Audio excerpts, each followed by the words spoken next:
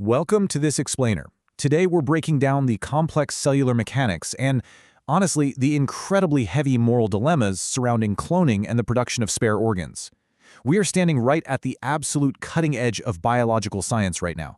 We're looking at technologies that could literally rewrite how we approach human health, longevity, and disease. But alongside these breathtaking medical possibilities comes an absolute tidal wave of ethical questions. Okay, let's jump right in with a massive what-if that modern science is actively trying to figure out. Imagine a future where you become seriously ill. Instead of waiting on some massive donor list for a transplant, just crossing your fingers for a match, and fearing your body might reject the foreign tissue, what if you could just grow a perfect spare heart, or a spare brain, a spare liver, all of it perfectly matched to your exact genetic code? I know, it sounds like total science fiction, right? But the biological groundwork for this reality is literally already being laid out in labs today. To truly wrap our heads around this dilemma, our explainer today is going to start way down at the microscopic cellular level and then zoom out to the massive ethical questions we're facing. So we'll hit the basics of cloning, the magic of totipotent stem cells, making Dolly the sheep, reproductive versus therapeutic cloning, and finally, the ethics of spare organs. Right. Section 1, the basics of cloning. Let's just get a foundational understanding of what a clone actually is out in nature. Because before we can talk about high-tech labs and scientists in white coats, we need to look at how cloning happens right under our noses. Technically speaking, a clone is simply any organism whose DNA is an exact copy of another's.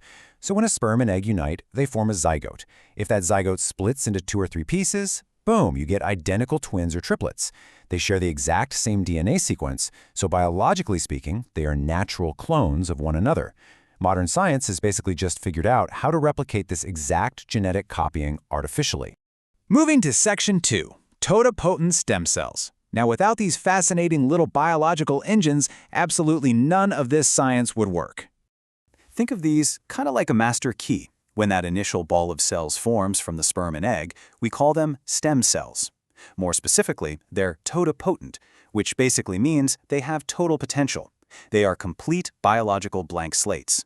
Depending on the environment you place them in, they take on chemical and biological cues from their surroundings, and they can literally become any kind of cell in the resulting organism.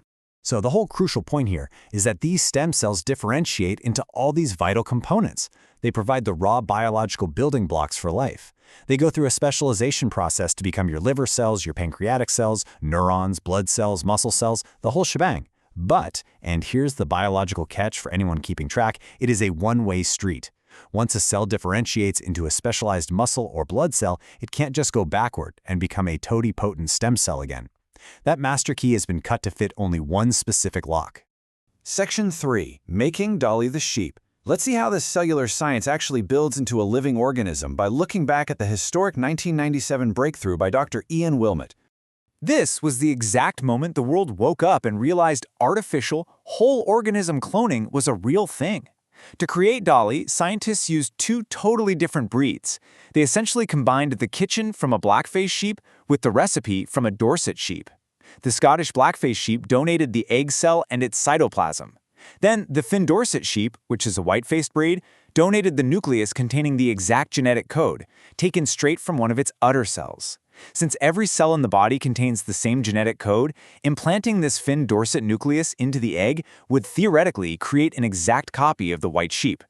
And this brilliantly illustrates the biological cooking process known as somatic cell nuclear transfer. First step is enucleation. Using a seriously fine needle, scientists remove the nucleus from the blackface sheep's egg cell, basically emptying out all its original instructions. Next is nucleus insertion. They took the nucleus from the white Finn Dorset's udder cell and popped it right into that empty egg. Step 3, electrical fusion. They used a precise jolt of electricity to fuse the new nucleus with the egg cell, kind of jump-starting the whole biological process. Finally, implantation. Once the cell began dividing, they implanted the surviving embryo into a surrogate Scottish blackface sheep. And when the baby was born, it had a white face. It was a perfect genetic clone of the Finn Dorset.